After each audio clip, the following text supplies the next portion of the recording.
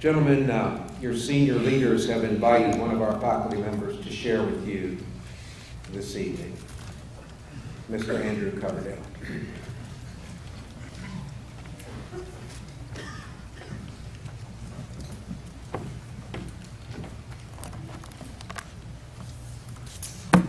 Good evening, Trinity family. Good evening, class of 2014. My name is Andrew Coverdale. I'm a history teacher here, and I can honestly say that I treasure being a part of this place more and more with every single year that I'm here. Guys, I've been asked to share some thoughts, some advice, some things from my own experience that might help you in your next step of life going forward. And I have to say that I am excited about that and terrified about that at the same time. And I'm excited because I see the potential in this crowd of 305 guys. I've experienced it. I'm excited because the opportunity of your generation to see things, experience things, involves stuff that people 2 generations ago didn't even dream of. I'm excited because you have an opportunity to do good on a scale that people have never even thought of before. I'm excited about that. I'm excited about the potential. But I'm also terrified because you're walking into a world that, even though it's advancing faster than the world's ever advancing before, it's hurting more than the world has ever hurt before. And you're walking straight into that hurt. And you're walking into a culture that seems to have embraced a value system that will suffocate your soul without you even realizing it if you let it. You're walking into a culture that presses onto you the idea that appearance is more important than what something actually is. That success can be defined by what you do and what you accomplish and how many different people you can get to say good things about you. You're walking into a society that wants to impress upon you the idea that if it's not tangible, touchable, or provable by logic, then it couldn't possibly be real. You're walking into a culture that's inviting you every single day to settle for the short-term pleasure, to live for the next Twitter rant, the next party, the next buzz, the next sexual conquest, the next me thing. You're walking into a society that's inviting you to live a very small life. You're walking into a society that is communicating a definition of what a man is that is exactly wrong. I don't think you have to live like that, but you can end up believing and living like that without even choosing to, because you breathe it like carbon monoxide if you're not careful. But I'm not here to rail on society. I'm not here to rail against those values. I'm not even here to talk to you necessarily about making better choices. What I would rather do is give you a different kind of picture about life. Give you a different view, a different way of understanding your own existence. And I think if you really grab onto that, all the choices will figure themselves out. But I want to paint a picture for you. Raise your hand if you've seen Gladiator before. Okay? That was an easy sell. I wasn't a real challenge. Okay? Of course, I'm a history teacher. Of course, I love Gladiator. I love Maximus's character. And it's interesting to me that early in that movie, when he's speaking to his guys, and you're my guys, so he's speaking to his guys, and they're on it's a monumental moment for them because they're about to engage in this do-or-die battle with these Germanic tribes that's going to determine their future. It's a big turning point for them. And what he gives them, he didn't give them advice, he didn't give them strategy, he didn't even give them a pep talk. His words to them were about how they see their life. And what he said is this, and this is the point I want to make with you tonight, and then I'm going to illustrate it for you. He said, what we do in this life echoes in eternity. What we do in this life echoes in eternity. So I want to give you a tangible picture of that. This is not original at all, but it's the best way I have to communicate something to you that I think you absolutely have to see if you're going to make decisions that matter, if you're going to echo in eternity. I want you to think of this rope like a timeline.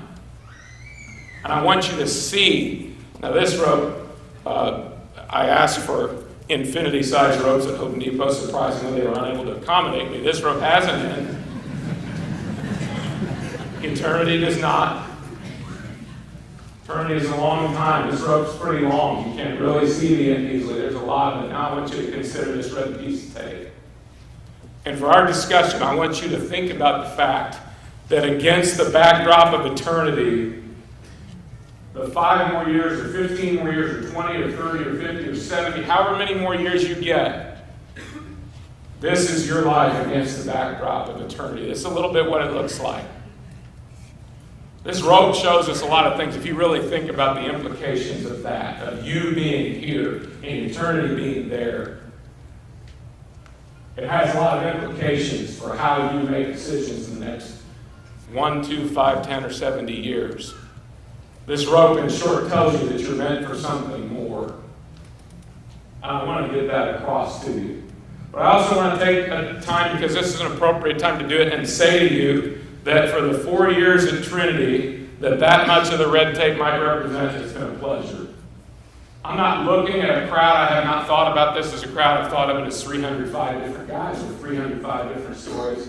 And I know for sure, very easily, 50, 60 individual names that I have had the personal opportunity to cross paths with in 4 years, in history class, in football, in retreats, in advising, wherever.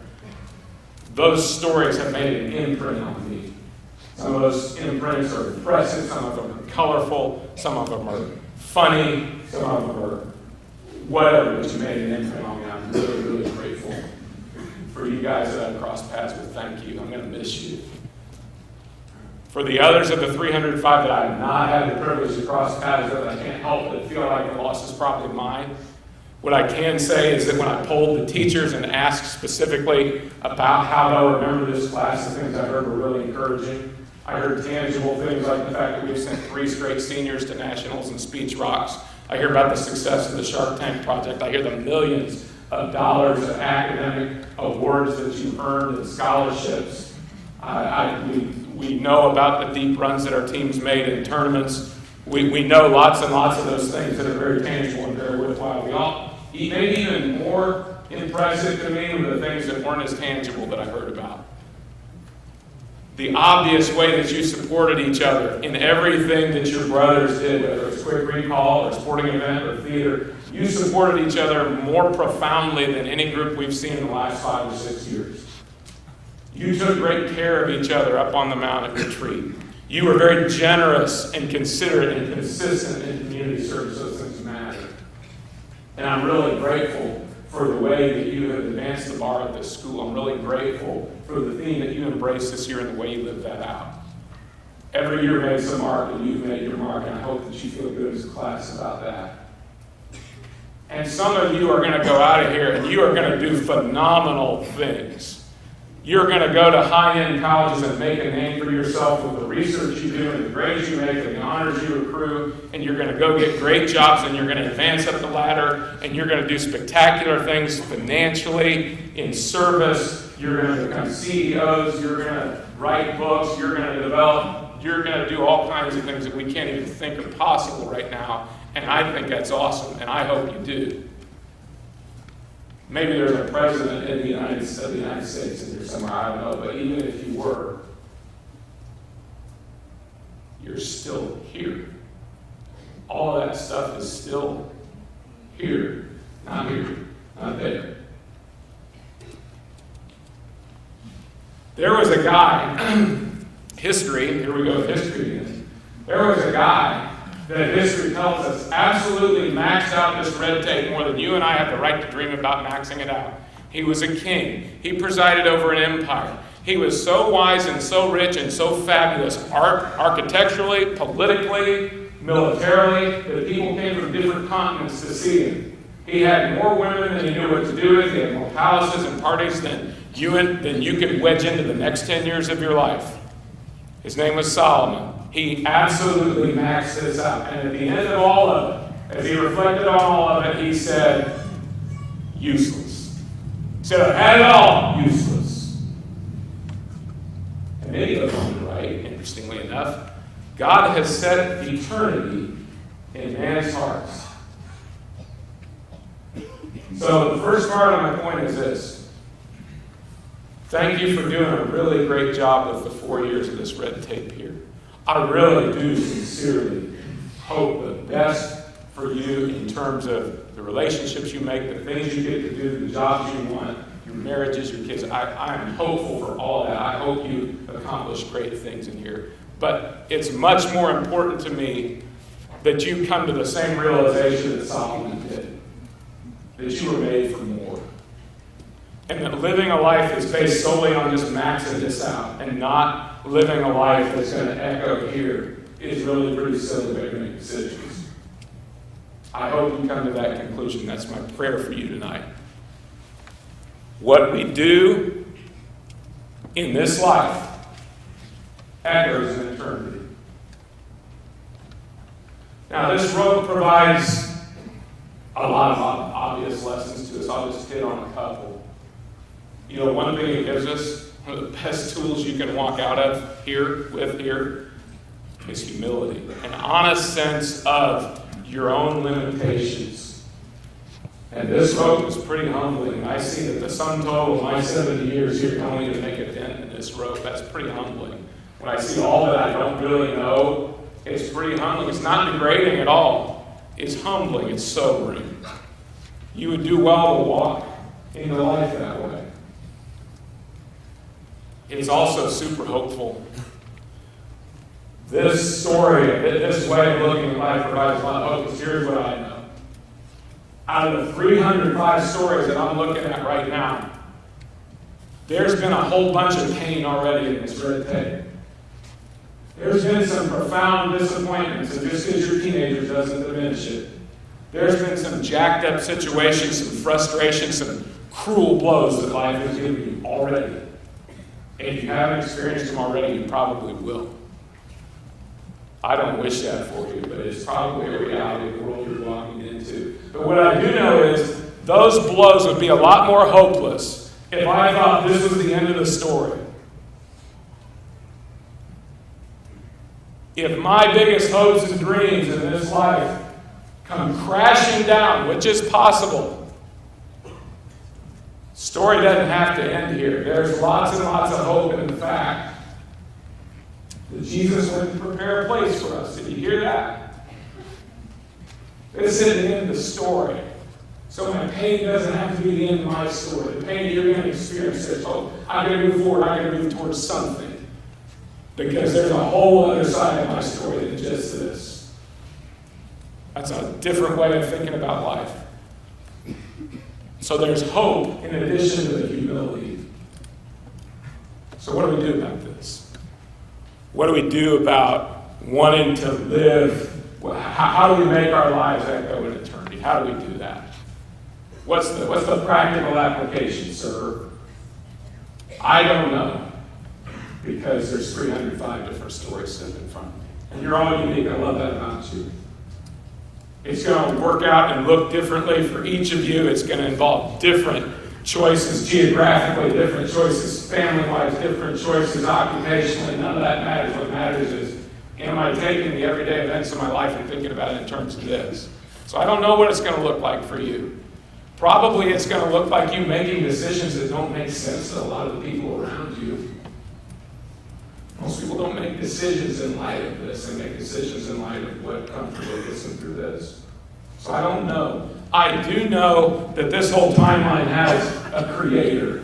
And that creator cares for you very much. And that you're probably not going to have much success investing in eternity outside of knowing him and walking with him and allowing him to inform how you think. I would say that your nearness to your Father in heaven is going to have something to say about that. And I also know that any decision that you make where you choose to think about and invest in this and not be solely focused on this, you are never going to regret for a moment. 5,000 years from now, 10,000 years from now, 1,000,000 years from now. Any choice you make where you put the good of somebody over your own convenience, you're not going to regret it in the least. Any choice you make where you choose authenticity over image, you're not going to regret it. Any choice you make to reach down and lift up somebody that the world has kicked in the face and called worthless, you're not going to regret. Any choice you make of God's opinion over man's opinion and reputation, you're not going to regret. I promise you. Any choice you make of choosing love over cynicism, you're not going to regret. I promise you. What we do in life echoes in eternity. It's a fact. I want you to live your lives that way.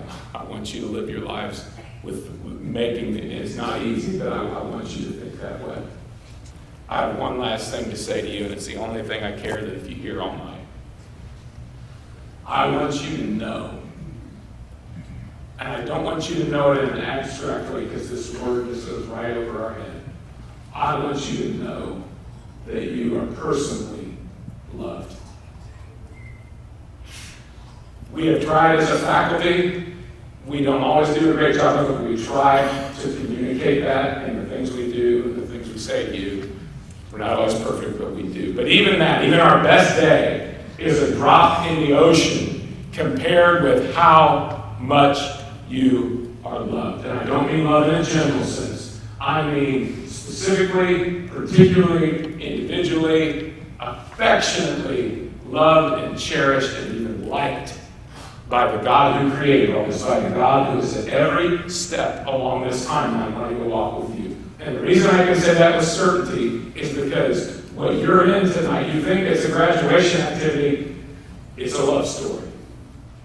The Mass that we're going to celebrate is a reminder of the fact that this God wasn't content just to sit up in heaven and throw down religious epithets about loving you. He came down and he jumped into his own piece of red tape that was full of misery, just so he could show and demonstrate to you how personal that love for you is, right at the place where you are least deserving, right at the place where you're worst. I just want you to know that. Because sometimes life has a way of separating us from that. You are loved deeply and intensely and personally and particularly by him and also by me. My heart is full of affection for you guys. Thank you for letting me share this message.